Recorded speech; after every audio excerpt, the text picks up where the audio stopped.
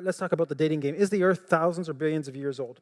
So what we're going to, Mark 10:6 says this, but from the beginning of the creation, God made them male and female. An extremely powerful verse. Why is it so powerful?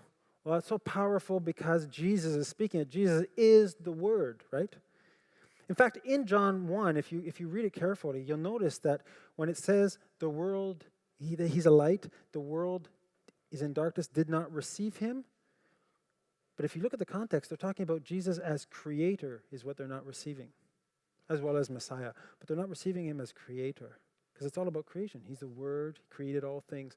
So Jesus, if anybody's going to interpret the Bible, it's got to be Jesus. He is the Word. He says, male and female were there at the beginning. Period. That's it. Is there time before Genesis 1 and 2?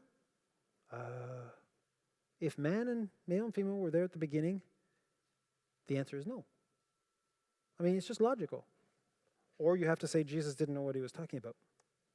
Secondly, Paul says, and so it is written, the first Adam was made a living soul, and the last Adam was made a quickening spirit. So Adam wasn't an evolved monkey that God breathed into, or ancestor monkey, or whatever you want to say. Adam was a real person. The genealogies go back to Adam. The Bible talks about, Jesus talks about how they spilled the blood of the prophets back to Abel. Right? All real people. It doesn't make sense otherwise. So obviously Jesus believed in a very literal Genesis and a very recent earth. Here we have the genealogy in Luke 3:23-28, and Jesus himself began to be about 30 years of age, being as was supposed the son of Joseph, son of Heli, etc., and which was the son of Enos, Seth, son of Adam, son of God. So there's no pre-creation. There's no pre-Adamic race. In fact, it gets, I'll do this. And it's inherent. An understanding of this is inherent. There's a reason why the Jewish calendar that we're in year 5,773. Why would they say 5,773? Because it's inherent that the earth is under 6,000 years old. It's the normal reading of the text. To make it read something else, you have to go to Bible college a long time. Okay? Because that's not what it says. If we're just to look at it, it's not going to say that. So there's no gap, and it makes things worse, and I'll get into it maybe a little later. I don't know if I have time. I'll just say this quickly, because I don't think it comes up in my other talks. There's a big theological issue with trying to have time be extended and that the 6 days not be a 6 days, and that is concerning death. Now, death is a very important thing in our faith. The victory over death, that is. The resurrection. I mean, if Jesus was still in the tomb, would we be Christians? No. We'd be Buddhists. Buddha is still in the tomb. But we're not Buddhists. We're Christians because Jesus is not in the tomb. I've been there, I checked it out, it's empty. It really is. I've been there, I came out. Yay, it's empty. Good stuff. So, death is vitally important. Why did they call it the last enemy? Why did Jesus have to resurrect from the dead? Well, because death came by Adam, right? So if death came before Adam, how does the story work now? If fossils represent death before Adam, it doesn't make sense anymore. Death has to come by Adam, both spiritual and physical. And you say, maybe it was just humans. Wait. When Paul says, all creation waits for the redemption of the Son of Man. All creation is all creation. Okay? So, age of the earth, we'll get back to that in a moment. Now let's look at what Thomas Huxley said, 1867. You, the clergy, tell your congregations that the world was made 6,000 years ago in 6 days, and that all living animals were made within that period. I am bound to say, I do not believe these statements you make and teach. And I am further bound to say that I cannot call up to mind amongst the men of science and research and truthful men one who believes these things, but on the other hand, who does not believe the exact contrary. What? He just said that if you believe that, you're a liar. He says, he does not know of anybody who are men of science, truthful men, that do not believe the exact opposite. 1867. Now, the person who wasn't truthful was actually Thomas Huxley in this case, which was because it's not true at that point. The evolution was just getting off, and so that it wasn't true what he was saying. But this is what he said. And so it becomes, and it actually, the age of the earth undermines the faith to such an extent that it's the number one reason why we have lost whole denominations. It is the one key reason. And you'll see this as I go through. And it's vital. In 1896, there was a meeting between the Northern and Southern Presbyterians in North America. They got together to discuss the 6 days. Woodward, who was the president or the dean of Harvard, I believe, he claimed, he was a minister as well as an amateur geologist, and he claimed, no, those are thousands of years, millions of years, I mean. And Dabney said, no. He said, the only reason you accept those millions of years is the following. Science appears to have replaced the Word of God as the authority of determined truth. And he says it's explained this way. This happens because of our depraved mind and the exaltation of naturalism. Science has become the new religion. Scientists are the new priests. If I walk out here with a lab coat, I am now a pronouncer of truth, and you will believe me. It's true. If I walk out here with but if I walk outside with a Bible, no one will believe me. If I walk out with a lab coat, everybody will believe me. That is the new truth. Remember, religion against religion, faith against faith. So if you exalt naturalism to the equal or above the Bible, and this is a dangerous thing because there are Christians that say, and it started with Francis Bacon, who wasn't exactly an exemplary Christian, but it started with him who said, there are 2 books. There's the book of the Bible and the book of nature, and they both are equal in importance. Excuse me? No, they're not equal in importance. Nature is the result of the Creator, and it's fallen. So you're not going to get all the right message by looking at nature. You're going to get some of the message. You want the right message, you go to the Bible. That's the authority. That's absolute truth. And so you can see where we're going here. Now what happened to the Presbyterians was this, and this was all about the age question, all about the 6-day creation.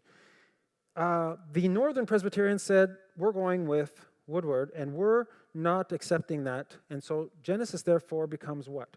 Genesis becomes a poem, sort of poetry, that has some moral implications. Of course, what happens to Genesis 3:15? The serpent? The first prophecy about Jesus?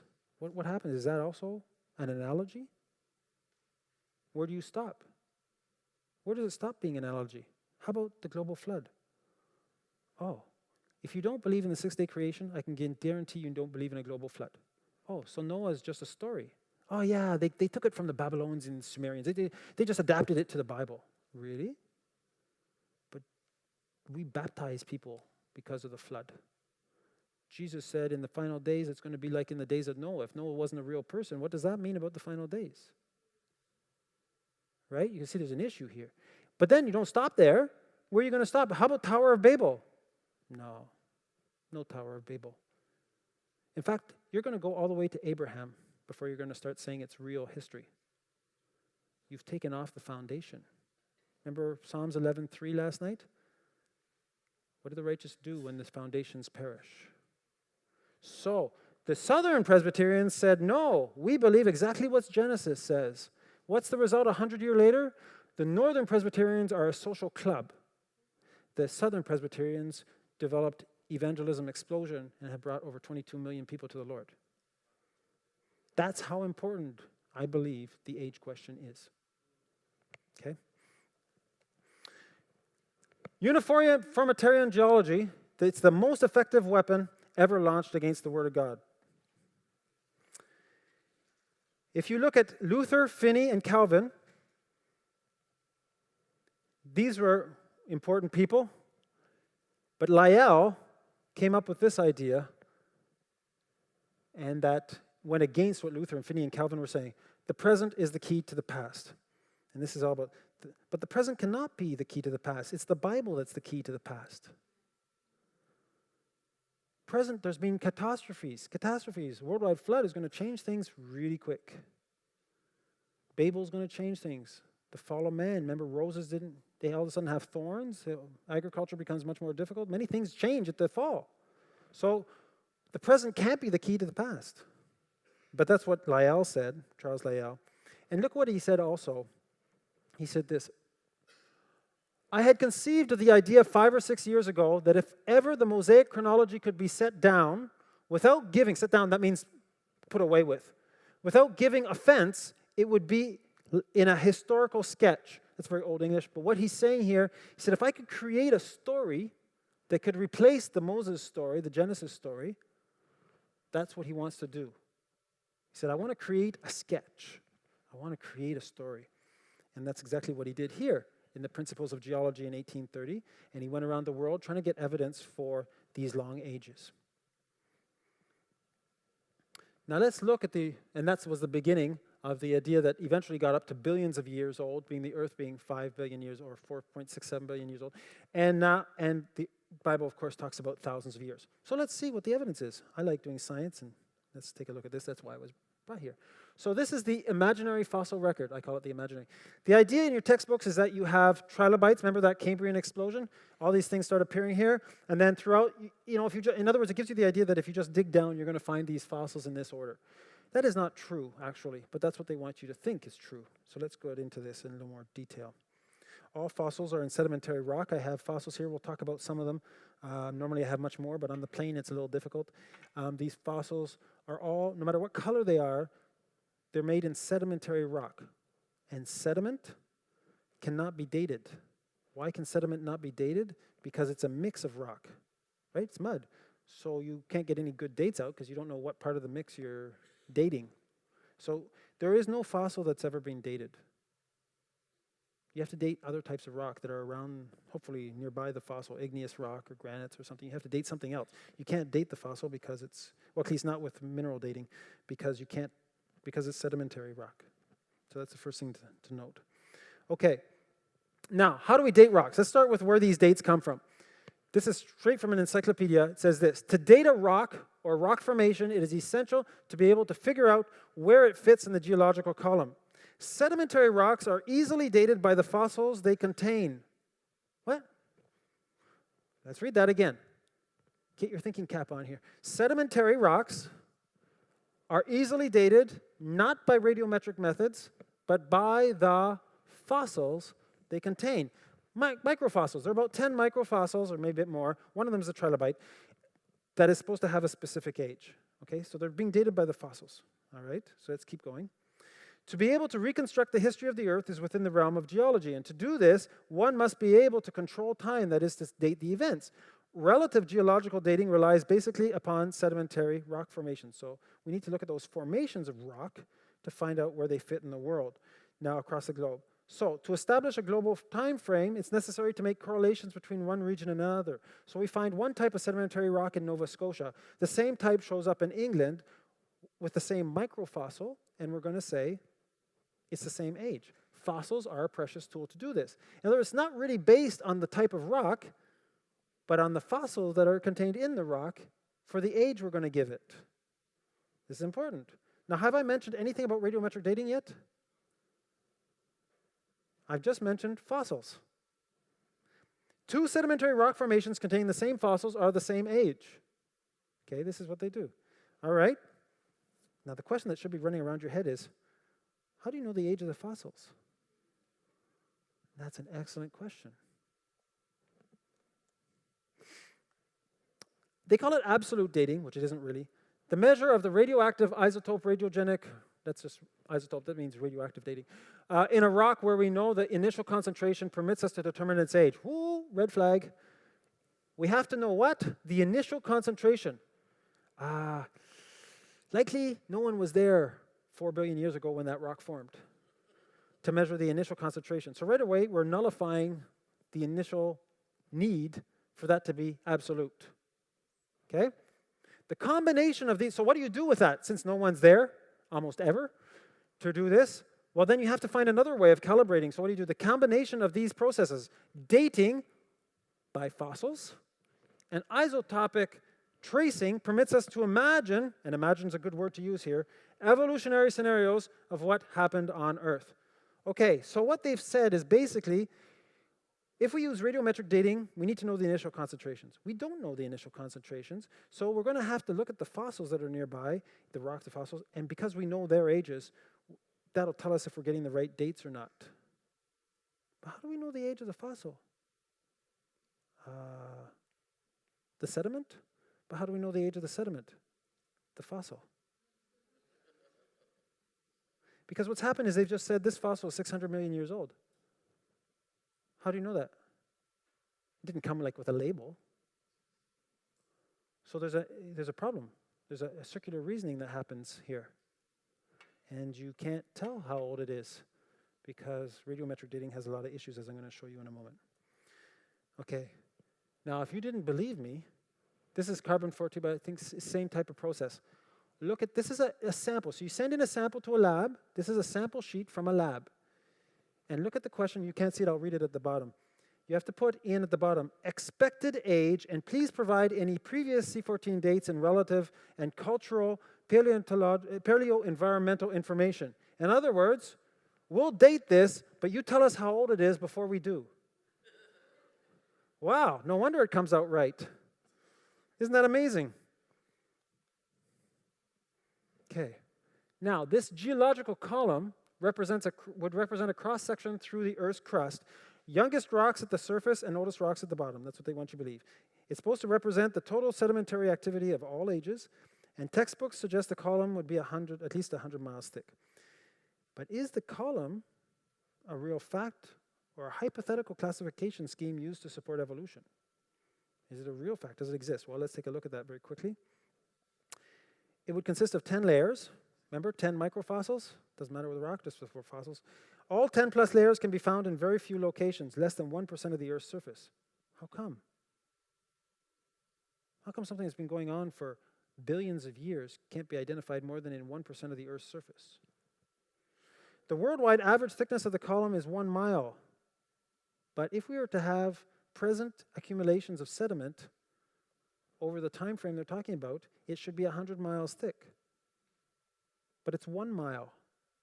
You see, the issue is they want so much time to make the impossible possible in biology that they've gone beyond the reasonable at an atomic level. We can only make layers so thin. You know what I mean? And you have to have like a perfect environment, make layers atomic thin. You're still not going to get 100 plus miles. It's about a mile. The standard column was built on superposition of many different locations. So what they do is they take a location here and then they add it there. And they say this was above this one because we see this fossil here. But in fact, there's nowhere where you're actually going to find this. Maybe in Dakota there's one place. So it can be found in textbooks. So it should be 160 kilometers thick. And the actual place where we do see this in Dakota, it's 1.5 kilometers.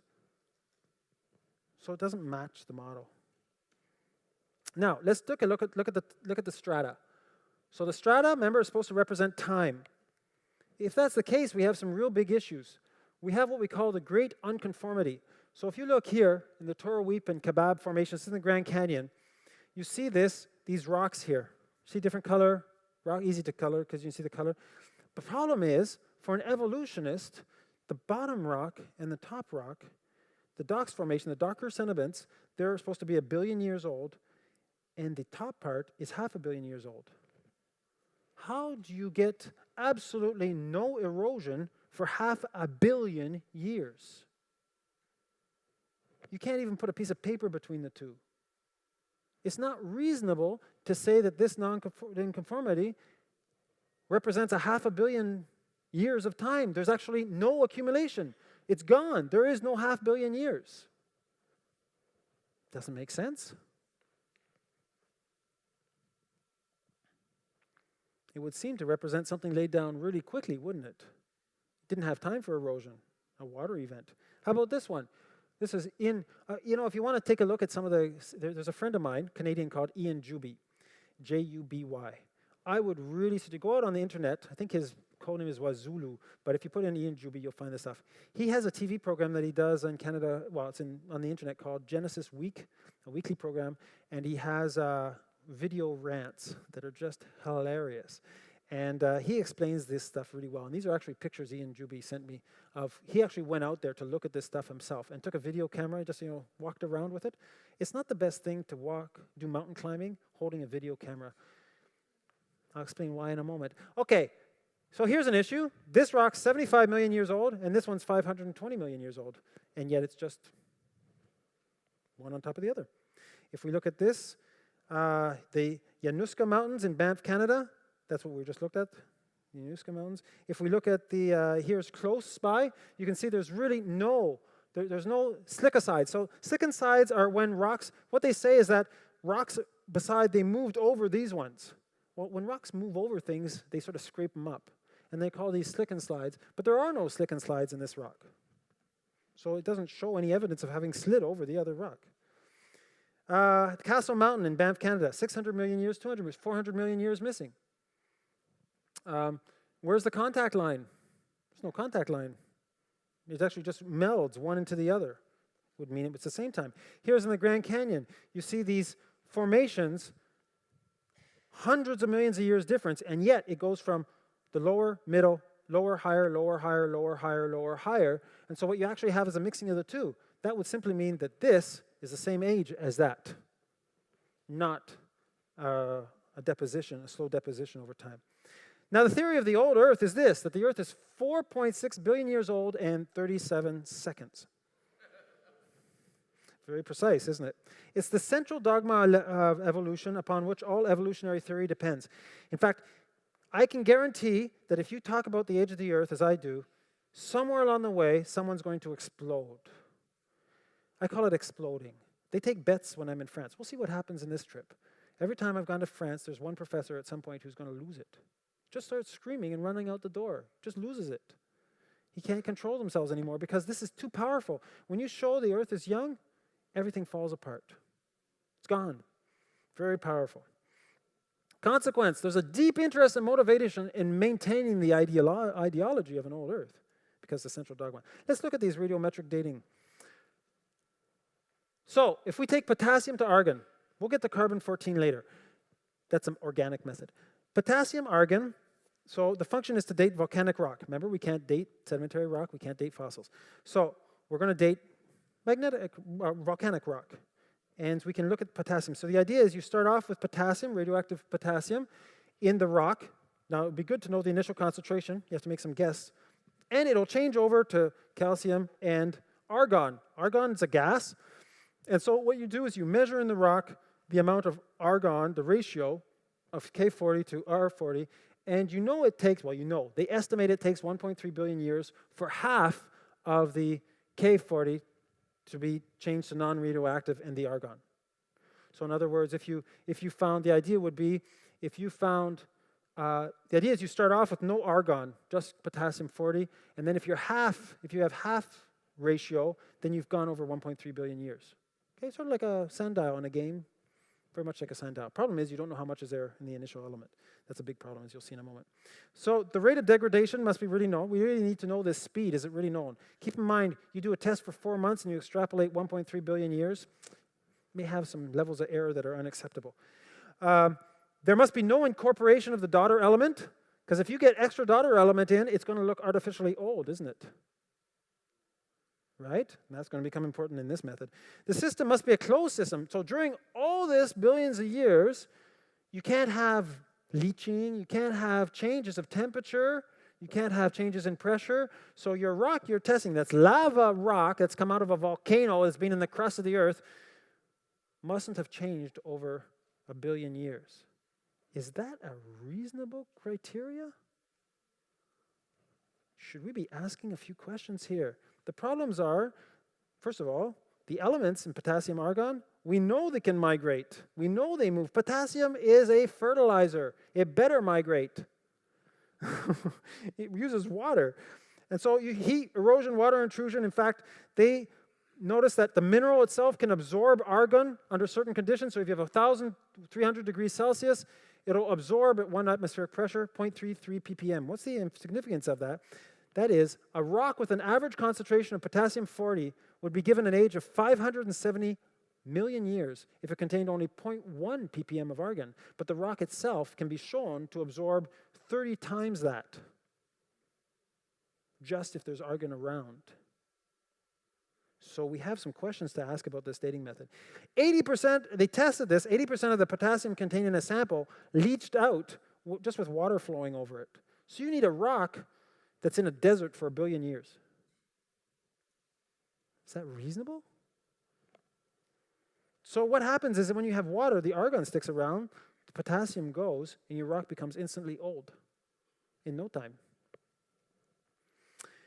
And our atmosphere contains argon, and of that argon, 99.6 is argon-40. So the quantity is 100 times superior to the quantity that would be produced by the degradation of potassium. So let's look at some measurements.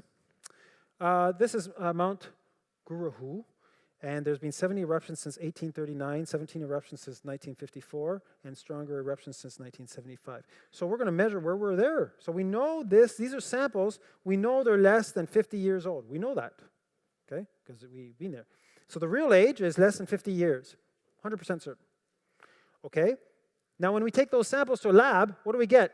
270, you can't see this because I'm in the way, but 270,000 years, 1 million years, 1.5 million years, 3.5 million years. But we know it is 50 years old. Got a problem here, right? Okay, let's keep going. More results. Hawaii. This is in red you have when the rock was formed, and those are the dates given by the labs. 1.4 million, but it's only 200 years old. All for the same reason, because the initial element is getting out of it, and there's lots of the daughter element in the atmosphere. So you're getting really false dating on these ages, and they're all over the board. Okay. Mount St. Helens exploded. Now, less than 26 years. Actually, it's a little more than 26 years now. It'd be about 30. And in this volcano that went off, it actually cooled the earth by 2 degrees for a year. About 40% of the mountain blew off on the north side, and it created some very interesting things for us to look at in terms of stratification. But, of course, it's a volcano, so we have volcanic rock, so we know how old it is. Let's date it. So they dated the volcanic rock, and it comes out with a dating between 340,000 to 2.8 million years old. But it is 30 years old.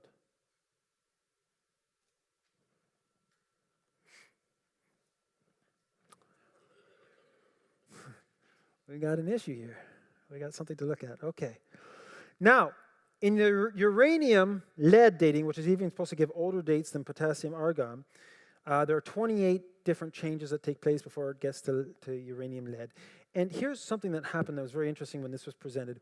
In 1986, 140 crystals, zircons, are like black mica, were extracted from the same rock. So they should all have the same age, right? They're extracted from the same rock.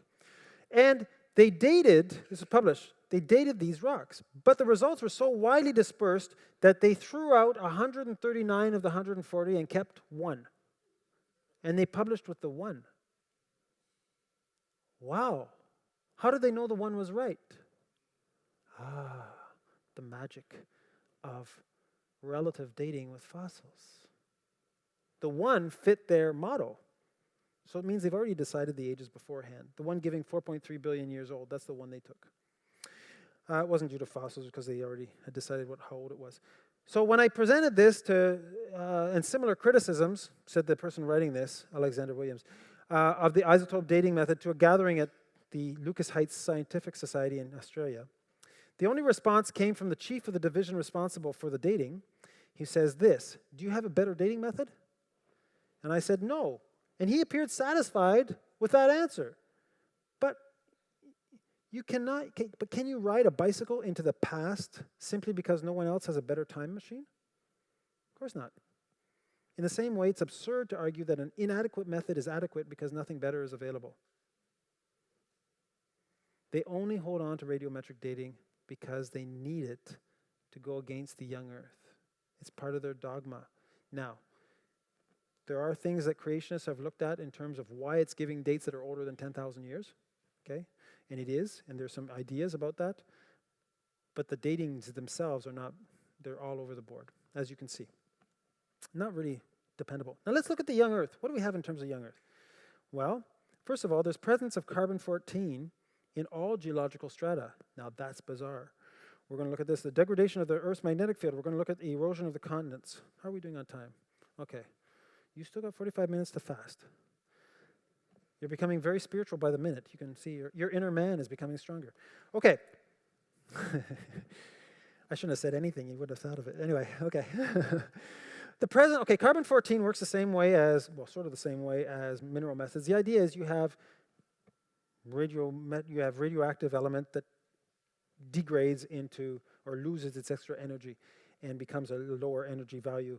And so the carbon-14 gets absorbed by plants. Plants are eaten by animals. The idea is that there'd be an equilibrium between us and the high atmosphere where the carbon-14 comes from, because it would filter down into the plants, and then we eat the plants, and so we get amount of C14 in eating the plants.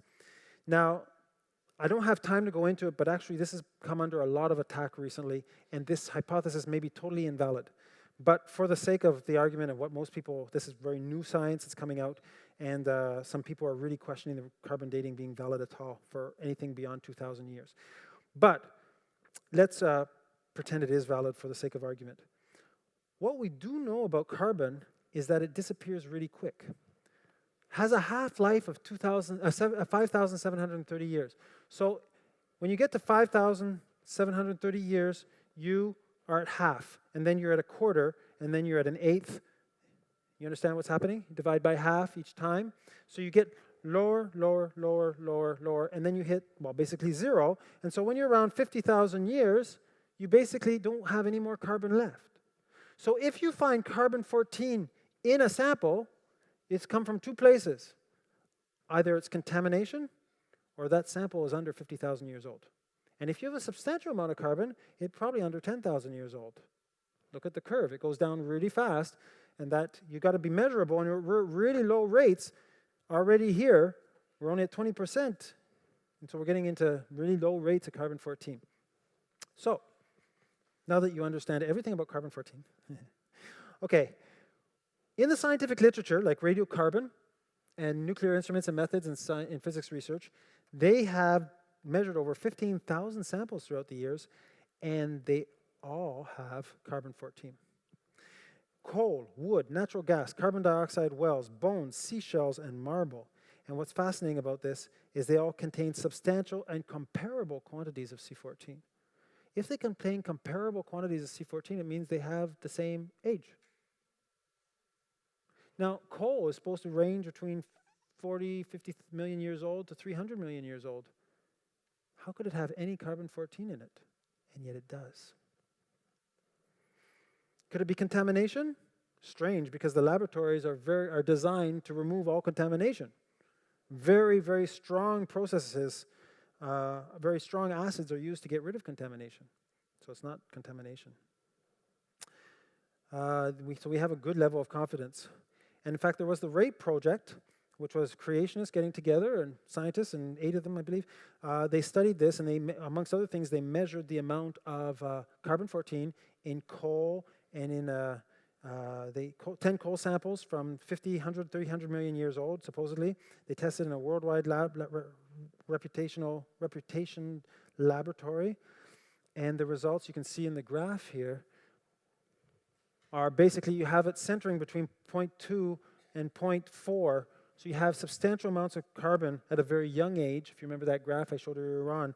So this would be, everything they're measuring are under 10,000 years old.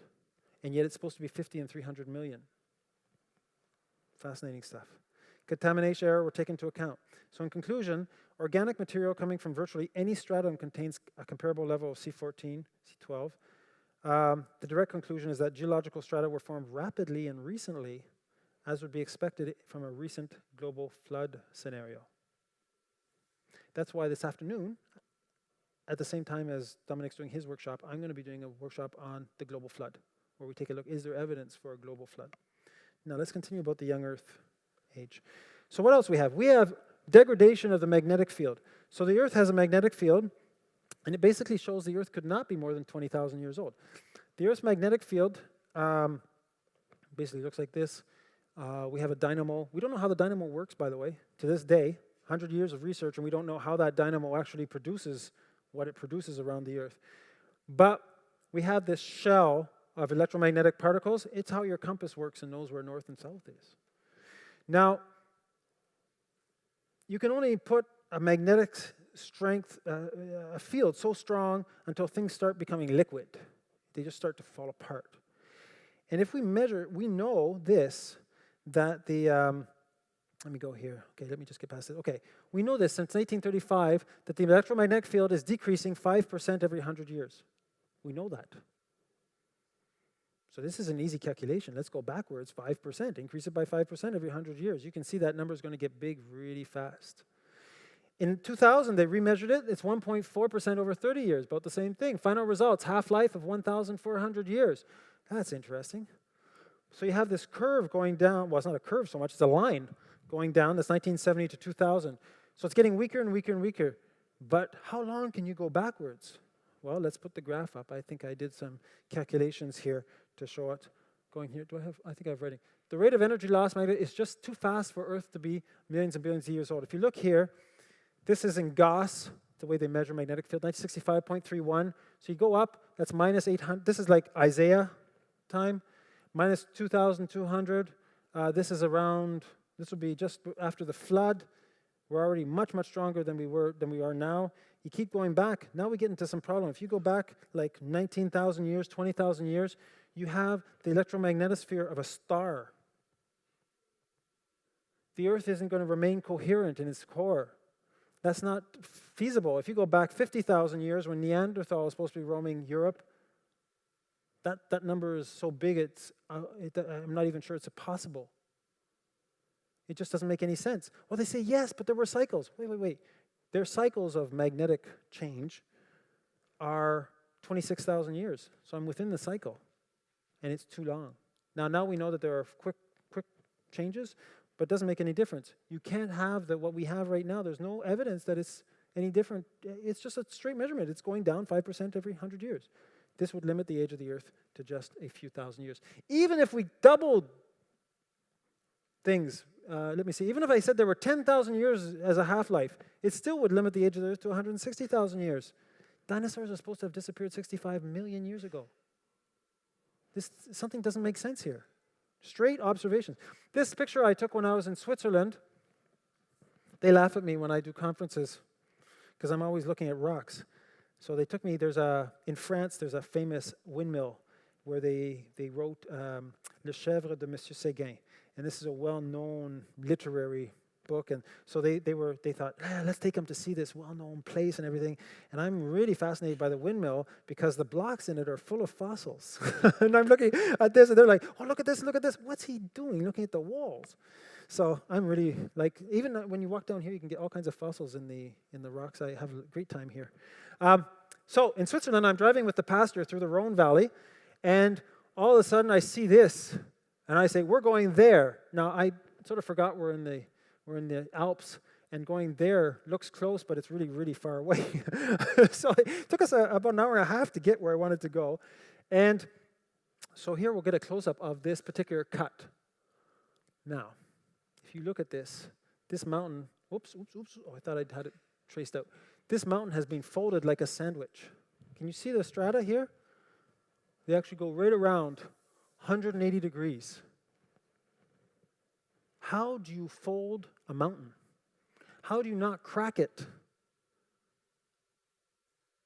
If this was folded slowly over millions of years, there'd be so much heat buildup, there'd be no fossils in here. But this is the Jurassic period. There's lots of fossils in here. Lots of ammonites. There's a few dinosaur stuff. But you can't do this unless this here is the same age as that up there, because it all folded at the same time, so it was like plasticine, right? It was like plasticine. It all folded. So you had all these strata laid down horizontally, and then a force came, well, a continental force came this way, pushed, and it folded like modeling pottery. And then you had another event over the top. You can see that. See, there's other events that came over the top afterwards. So water was on top of this mountain after that event occurred. Now we're starting to look at global flood. We're at the top of the Alps here. Erosion. What do? Rivers, rain, wind all cause erosion. The effects, it dissolves mineral, drains the earth and minerals to the oceans, erodes continental coasts. Okay? What's the strength? In Science magazine, published in 2004, the results of a 5-year study on the Gorges River, which is in the U.S., showed that 10 to 20 meters of solid rock had been cut in 35,000 years. That's really fast from a geological perspective.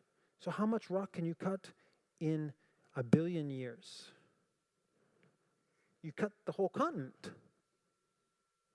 I mean, if you continue, let's look here in Europe. It's called erosion project. The European coasts are being eroded by the ocean at a worrisome rate. 1/5 of the littoral coast has already been affected. The coasts are receding at a rate of 1/2 to 2 meters a year, sometimes up to 15 meters per year in the worst cases. So you do that for 1 million years, that's 2 million meters. How many kilometers is that? 2,000? Now, if you left at the edge of France, Calais, and went 2,000 meters in, what's left of Europe? Nothing.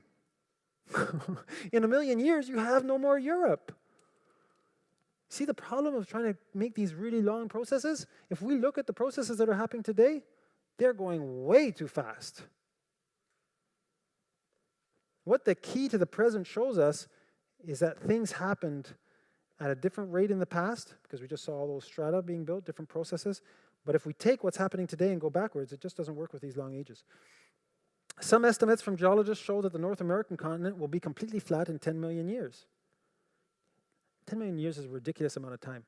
But consider they think dinosaurs disappeared 65 million years ago. Water covers 71% of the planet. If you raise the Mariana Trenches, or the deep trenches of the ocean, and you lower the mountains a bit, get them a little bit more equidistant, you'd have over 3 kilometers of water on top of the earth today. There's a reason why it's called the blue planet. 71% of water. There's lots of water today on the earth to cover the earth by kilometers. All right. Having fun yet? Keep quiet. In mountain ranges, a rate of erosion of 1 meter per 1,000 years is commonplace. So think of that. 1 meter per 1,000 years in the Himalayas. So why do mountains always still exist with fossils dated at several millions of years old? Does that make sense? Fossils are millions of years old, but look at the rate. 1 meter per 1,000 years. You're going to have no more mountain in 100,000 years.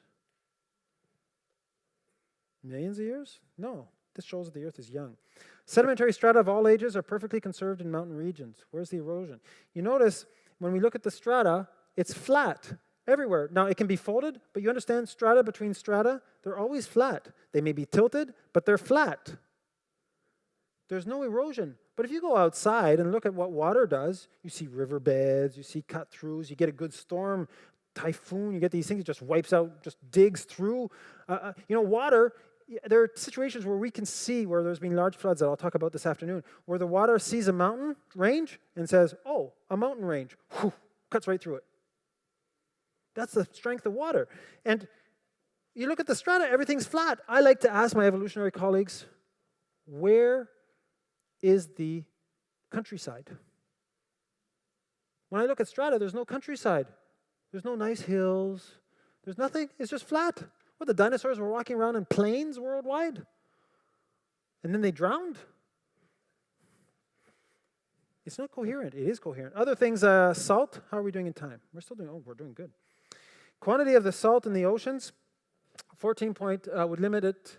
Let's do the calculation.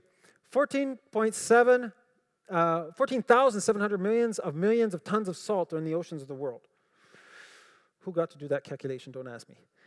Ultimate limit of 62 million years for the Atlantic Ocean. Okay, what's the problem with that? The problem is between the North American, or the American and the European, African continents, there's supposed to be 200 million years that we've been separating. But the amount of salt in the ocean only represents 62 million years. So that's a problem. Now you say 62 is a lot more than 6,000. Yeah, but God didn't have to start with fresh water everywhere. In fact, it's very unlikely that he started with fresh water since we have saltwater species that are specifically saltwater species. But if you take the amount of salt springs that are in the ocean, you actually lower that dramatically to within the time frame of just several thousand years. I won't go through all this, but this is, if you look at sediment in the ocean, it's the same thing. You end up with the amount of sediment that's being transported to the ocean, and you end up with this situation. The oceans could not, if you measure the sediment, be older than 30 million years old. So in other words, I'm looking at all kinds of areas, and I'm not seeing any evidence for an old Earth. The only place we're finding evidence for an old Earth is radiometric dating. This picture I took when I was in Joggins, Nova Scotia. I took 24 people there. Now it's a heritage site, but at the time, you could go and pick fossils that had dropped off the cliff, sort of like you can in Dorset, but we have better fossils. Better fossils, different fossils. And as you can see, they're well preserved, and this is a tree in the rock. So the question is, did this tree just stick around for 100,000 years while it got fossilized from the roots up? It's a polystrate tree. And there are so many of them, they think they're forests. Now, the problem with the idea is that they're forests is that they never have any branches, and all their rootlets are taken off. So this wasn't actually forest, it's that they all moved in a mud flow. But it's all, the strata don't represent any age difference in reality. It doesn't make sense. So these are polystrate fossils. These are found actually all over the world. Here's blood cells. For those who saw the dinosaur talk, I talked about red blood cells in a T-Rex knee. How long do you want those to stick around? 65 million years, you get red blood cells stick around? In fact, this afternoon at 5, whenever we finish, we're going to go down, whoever wants to join us downstairs, I'm going to have the microscope that we saw yesterday. And so anybody who wants to see relatively fresh, non-fossilized dinosaur cells, bone cells, I will have the microscope downstairs and you can look at the Triceratops cells, non-fossilized. How old can they be? They're not fossilized. Okay? This lady has shown that these this was a T-Rex bone she cut. See the red blood cells, collagen, pulled it 17 times. She said, how could that be? How could that be? Of course, this is still reactive. And so then we have the one that I'm going to show later on, this is Triceratops blood that's in the scanning electron microscopy. It was published by Mark Armitage, vessel. So we get all these things, we start looking at, everything shows a young age. And you'll see here it says, what's the theory of a billion years old? There's only one method possible, radiometric dating. Speculative hypothesis and often proven false. Based upon a phenomenon that operates over millions of years, it's out of the realm of testable science. Remember the observation? Remember our two little spheres? You don't see it, you're on shaky ground. Theory of thousands of years. It's confirmed by multiple geochronological methods that we've just seen. Only hypothesis is that the processes are constant in the past. That's the only hypothesis we're making. We're saying what we see now is constant. We're not even saying necessarily that a flood did it. We're just saying let's take the constant rates of the degradation of the magnetosphere. Let's take the constant rate of sedimentation, salt in the ocean, sediments in the ocean. And it doesn't work. The effects of degradation phenomena are observable and quantifiable, and geological stratiformation and fossilization do not support the idea of long ages.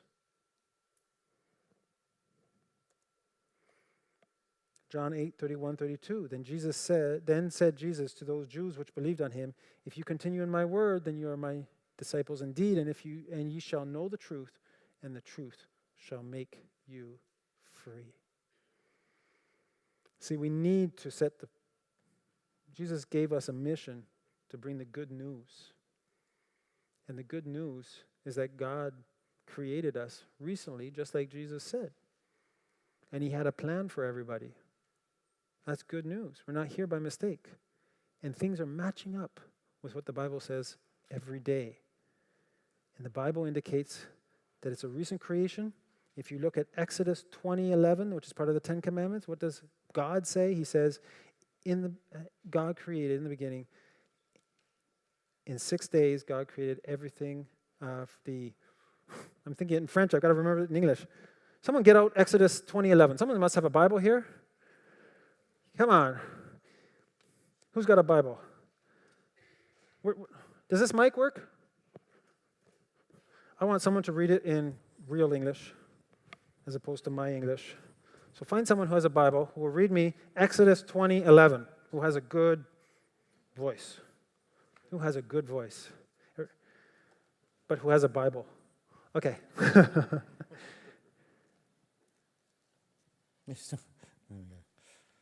For in 6 days the Lord made the heavens and the earth, the sea and all that is in them, but he rested on the seventh day. Therefore the Lord blessed the Sabbath day and made it holy. Part of the 10 Commandments. Thou shalt not kill, keep the Sabbath. Unfortunately, we sort of consider thou shalt not kill more important than keep the Sabbath, but it's all part of the 10 Commandments. Keep the Sabbath means keeping 1 day of rest. Very interesting. God said he created in 6 days everything. The heavens, the earth, what's in the water. Now, there are places in the Bible we are not really prone to interpret. And the 10 Commandments has got to be one of those places. God wrote it with his hand. We don't like, oh, thou shalt not kill. How should we interpret that? Maybe it doesn't mean quite what it says. Huh? Thou shalt not kill means thou shalt not kill. That's pretty simple. And so when it talks about God creating in 6 days, he created in 6 days. When Jesus said it was done recently, it was. And that's good news. Because that's a plan. That's just part of the plan. Jesus sat with the disciples. When he walked with the disciples after his resurrection, he explained to them from the writings of Moses. He couldn't explain to them from the New Testament. It didn't exist yet. Right? He was explaining from the Old Testament, and their hearts burned within them. Yes, it's a good news message. There's an answer to all this catastrophe that we see in the rock records. And it makes sense. Why? I'll finish with this. We got a good time. We're actually running really good time. And so you'll be happy. That means don't come back late when we start at 2, right? Okay. Someone asked me if I believe in extraterrestrial life. In fact, I know what we can do. We can take some question and answers after I say this. That's a good opportunity. We didn't do that before. Someone asked me a question, do I believe in extraterrestrial life? And I said, well, I do. And this is what happened. Aliens came to Earth, and they went to a university science class, and they had just observed what was happening. And they heard the teacher expound on how material that was non-living somehow popped and became a living cell. They didn't know how, but it happened. And then they talked about how the living cell somehow, magically, I guess, sort of became a fish. Well, there's a lot of difference between a fish, but it happened. Maybe some worms before that and some trilobites. And then the fish decided they didn't like it in the water after millions of years of living there. They said they'd walk up on land, but they got halfway there and sort of stopped, and so you had the amphibians come around, the frogs. And then the frogs, we don't know exactly how, but they decided they didn't want to stay in water either, or the amphibians, and they came out and became reptiles. Now, the insect came out, we don't know where, but that's what happened. And we believe it because we know it happened that way because we're here. And so then the reptiles, then some birds sort of appeared, and so these really, really, really big reptiles became these really, really, really small birds. But, that's how it works. And we don't know how that works. And then, after all these hundreds of millions of years, then the mammals appear, right? The mammals appear, after the reptile, dinosaur, you got the mammals appear. And so the mammals are very interesting creatures because after hundreds of millions of years, I don't know, 75, 80 million years, drop in the bucket, they decided they wanted to go back to their roots, back to the water. And so some mammals that are basically close to a camel or a camel or a cow, decided that they go back into the water and become dolphins and whales, which weigh up to 50 tons.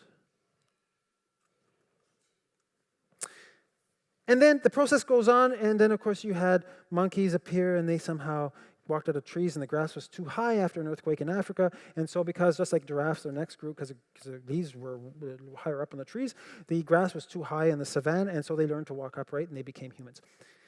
Aliens went back to their planet and said to their leader, there is life on Earth, but it's not intelligent. That's my answer to extraterrestrial life. All right. So, why don't we go for some question and answers, and then we'll wrap it up. Who has? You have to raise your hand, and I'll repeat it. Try not to get into the feedback here. Anybody have questions? Yes, sir. Oh, they're going to run around with the mic. That's a great idea. Great idea. Thank you.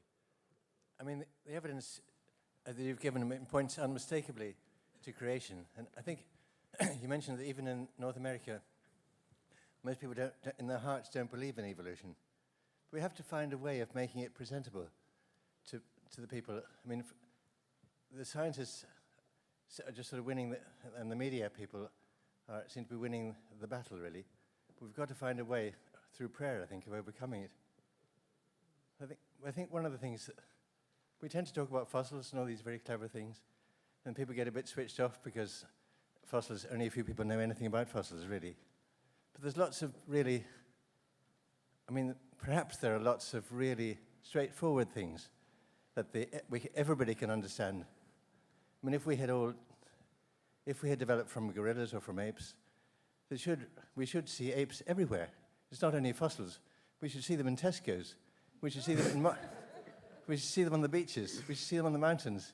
We should see them in Morrison's. They should be in our schools everywhere. We should be seeing. Well, there are monkeys in our schools, maybe. So what's the question? So there's no question really, but just the question is how to get people to see what's really obvious apart from prayer. Yeah, well, it's a combined thing. Prayer is essential, and I know CMI has prayer time. I have a prayer group that's praying for me now as I'm here, because it's a delusion, right? It's a delusion.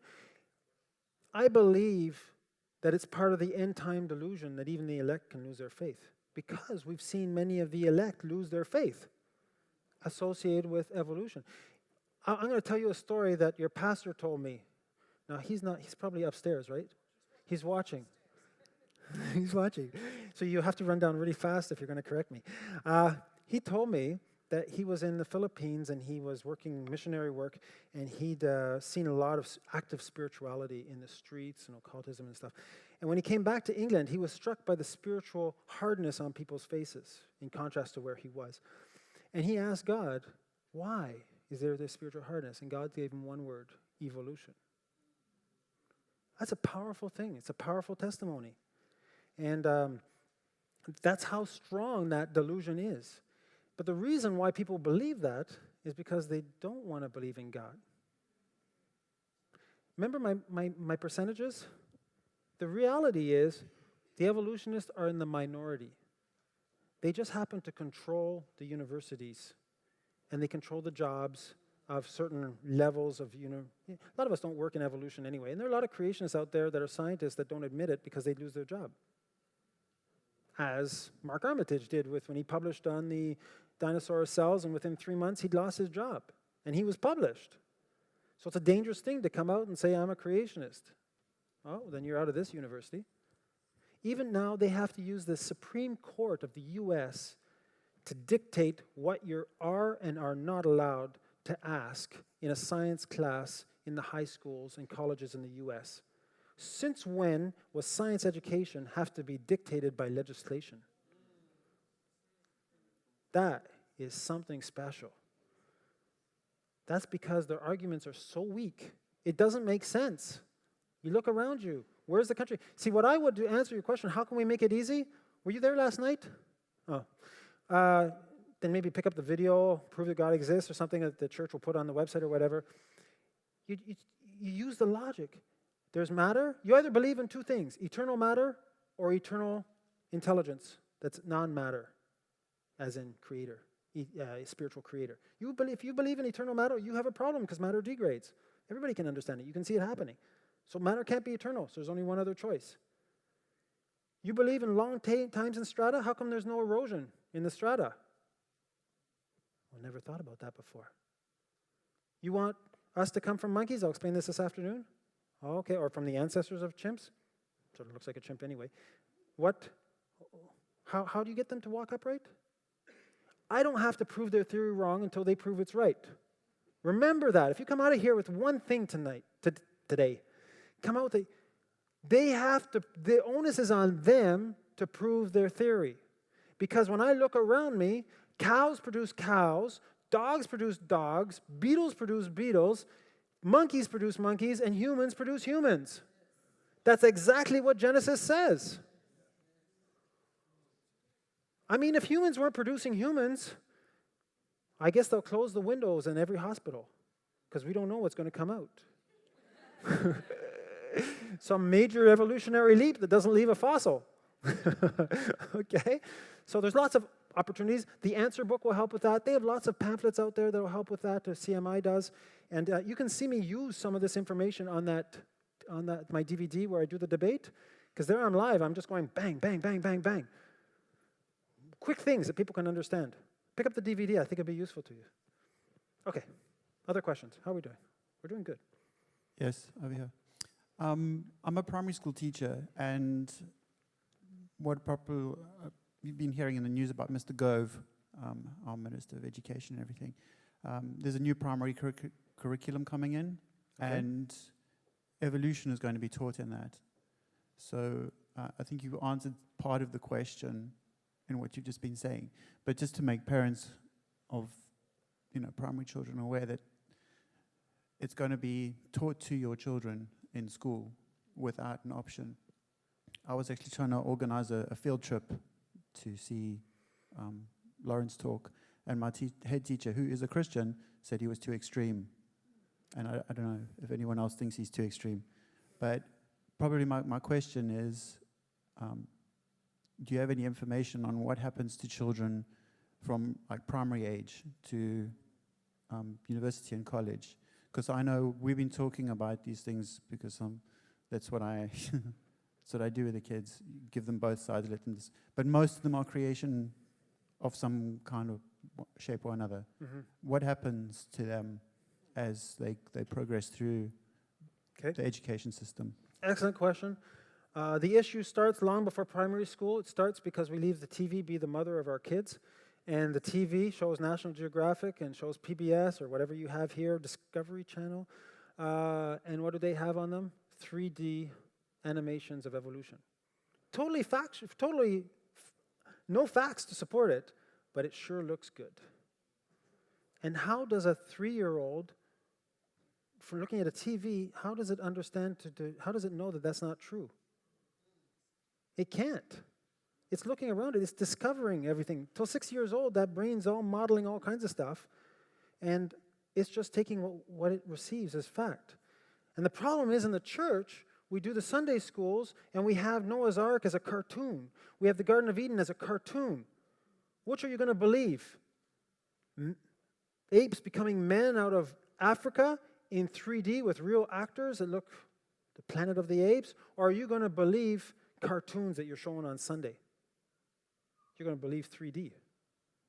You're 3 years old. You are not able to make the difference. So we start there. Let's start showing them the truth. There's stuff out there. There's DVDs out there. CMI has DVDs that will show them the truth. And they understand a lot more than you think they do at a very young age. And even if they don't understand, it gives them a basis by which to compare. So they can, that was different. One of the first talks I gave, David, one of the first talks I did in 1990 outside of university, because I thought all Christians were creationists, so I didn't think I needed to speak in any churches. I found out that was wrong. So I was only speaking in universities and school context in Quebec. And then a church asked me to come and speak, and so I came and spoke, and on the age of the earth, actually. And so it was my first talk outside of a church. And I'll never forget the question and answer period, because a parent who had a child that was in 3rd year primary school, she said, the teacher presented that we came from monkeys, and my son said, no, we don't. We were created. And the teacher said this, and the son at that age was able to remember the response. He said, the teacher said, you've been brainwashed by your parents, lied to by your parents. And now it'll be state enforced. So how do you deal with that? First of all, the Bible is very clear. Train up a child as the way he should go. That's our responsibility as parents and as a church. But it's not only the church responsibility. You only are here one day a week or whatever. You have the cell group maybe twice a week. So it's got to be our responsibility to look after our kids. Okay, so we are responsible. And we're responsible to get them the right information, be able to answer the questions, and don't be able to not shy away from anything. That's why I have this ministry. That's why Dominic is speaking. That's why, so you can become informed, so you can inform your youth when they get formed. Now, the next thing you're going to have trouble with is hypocrisy. Children are very sensitive to hypocrisy. And they're going to be insulted when they know the truth and get into primary school or at the end of primary school, and they'll say, that's wrong. And then they get insulted, and you can have an issue with attitude in the classroom. So you have to teach them respect. The person can be teaching something wrong, and they have to understand why that is. The person isn't a Christian. They don't have the same worldview. They're not seeing the same things. We have to still be respectful. But if we can teach them to ask the right questions in a respectful way, it can overturn everything. And that's the same key at the higher ages, when you get into high school or whatever you call it, and college. I actually made a kit in Quebec called a student survival kit. And in it, I actually went through the biology book and went paragraph by paragraph what questions they should ask. I mean, this was deadly. And not only that, I told them, you're going to get this response, give this follow-up question. I mean, it was deadly. And so they got hold of this, and they've now changed I'm not saying it's just because of that, but they changed the biology book and took evolution out of it in Quebec. It was creating too much controversy. I even had praise the Lord. I even had the University of Three Rivers, Trois-Rivières, which is in between Quebec City and Montreal, when the teacher at the university level was going to speak on evolution, she says, I know Laurence Tisdall doesn't believe this, but I'm going to teach it anyway, just to avoid having a bunch of questions from the students. So we can impact our generation if we stand up and talk, if we stand up for what we believe, but we got to have this combination of knowledge, respect, and build up our kids, and stop throwing cartoons. There's a lot of stuff out there now in English that's 3D. Let's get some real stuff out there. I understand at 2 years old and 1 we show cartoons, but 3 years old they want to. If you've got them in front of the TV, you better get the other story. Even better, turn off the TV or disconnect cable and just use DVDs or something. There was a time when kids played in sandboxes, and they had a good time, and they didn't grow up like demented or anything. It sounds bizarre. Kids don't know that. You mean there's no such thing as we or any? What do we do with our thumbs? Anyway. Okay, another question. Yes. Yes. Thank you. I'm a secondary school science teacher. I'm very, very grateful for you coming just to help fill in, give us the facts that we need so we can back up our arguments. It does make me sick when I have to teach evolution, and I have to teach it as if it is fact. And I know myself that, it's just a pack of lies. But whenever I teach it, I just sort of run through it in a brief way, and I say, okay, this is what evolution states. And I say that you don't have to believe this. I say that, everyone in this room is free to believe what they want. And I give my own point in it, that I believe in the Creator. You do that in the classroom? I do that in the classroom. I say that as a teacher of science, the further I go into science, the more evidence I see for a Creator God. So what's your contingency for your further career? My faith, I have to be honest. That's fantastic. Yeah? I have no idea how you could be a scientist and an atheist, because the more I see, just as you showed that animation for the DNA, I've showed that in my classroom. And then after that, I say, how can you look at that and say that was an accident? And most of the kids in there will say, it doesn't look like an accident to me. So I give both sides. Because as far as I'm concerned, the more we understand, the more it becomes so obvious that there has to be a Creator. It is. And again, that's why Paul talks about they are without excuse. Because God has really left his signature strong in creation. And very good. I'm glad you're able to. In Quebec, you'd be out of a job. You'd be severely reprimanded, even though they have a really good union, teachers union. you'd be severely reprimanded, and you'd probably lose your you'd probably lose your subject of teaching. I actually had the experience of doing a bachelor's in education in science teaching, and I was doing some student teaching at the largest high school in Quebec, south of Montreal, and I happened, God arranges these things, I happened to come into the biology course when they were about to teach evolution. I was 31 years old, so I'm a mature student, and I'm thinking, how am I going to teach evolution? How am I going to do that?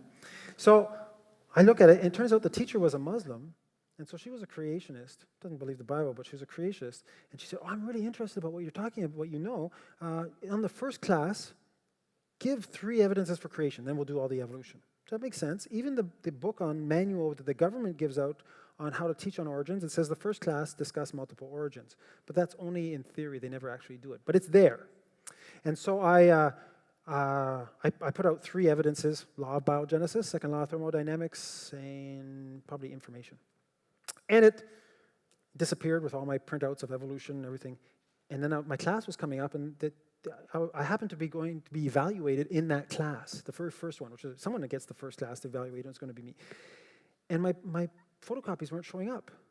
So I started searching, who's got my photocopies? What's happened?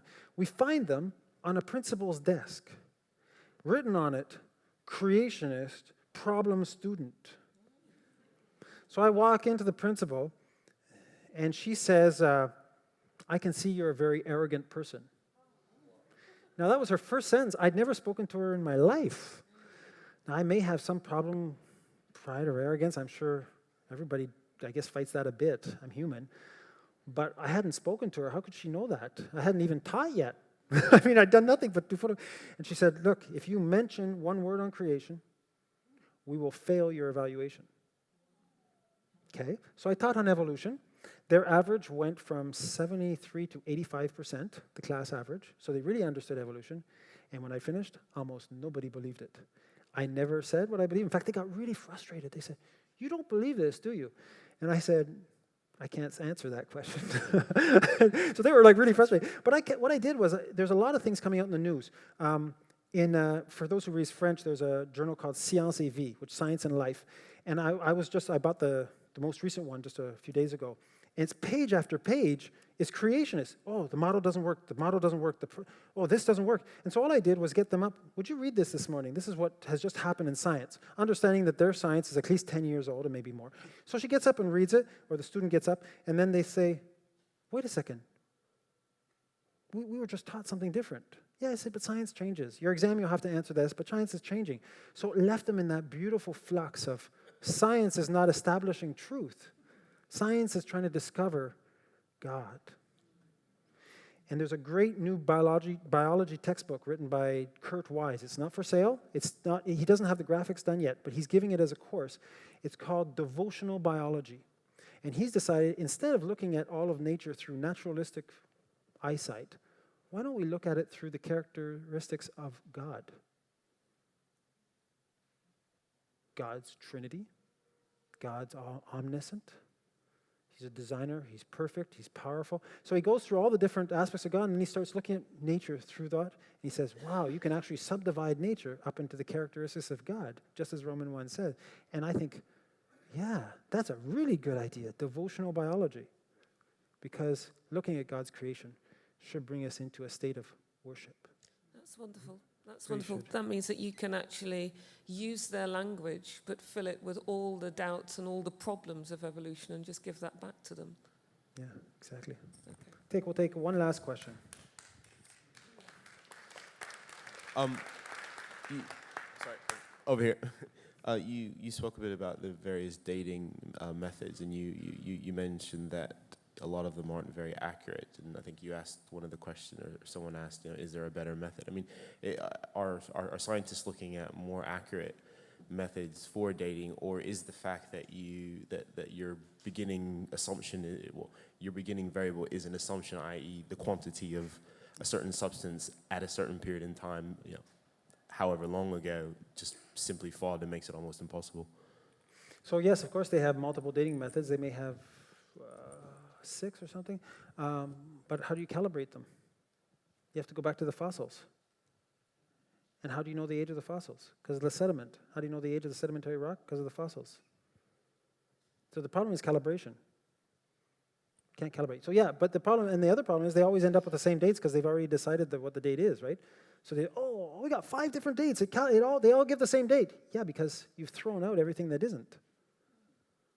So, like I said, let me give you one final thing before you leave. Uranium, remember we talked about uranium lead? Okay, uranium, which is one of the oldest datings. Uranium changes to, I think it's I was going to say plutonium. I think it's plutonium. Anyway, you probably don't know anyway. But uranium changes to that first level of thorium or plutonium right away. It releases helium. If you measure the rate of change, you get these billions of years. But if you measure the rate of helium, you get a rock that's 6,000 years old. So the rock, with the same dating method, will give you billions of years and a few thousand years, depending on which part you're looking at of the equation. Now that's really interesting, because now as creationists, we look at those radiometric methods and say, there's got to be a reason why they're giving old ages. Even if they're not valid, they're much older than the Earth is. So why? And it means accelerated radioactivity. But if we accelerate radioactivity, we sort of burn up. So how do we accelerate radioactivity and not burn up? Well, you have to stretch the universe. And there are specific times when when creationists are starting to look at suggesting that God stretched the universe, which he says he did in Psalms, stretch the universe like a curtain. During the flood and during the crucifixion of Christ, when there was that 3 hours, everything went black. So we're looking at specific times, and there seems to be some evidence in the measurements, data measurements, to show that there's something happened with radioactivity that sped it up without affecting us. And that would start explaining these dates that are much older, even though they're all over the board, that are much older than the thousands of years.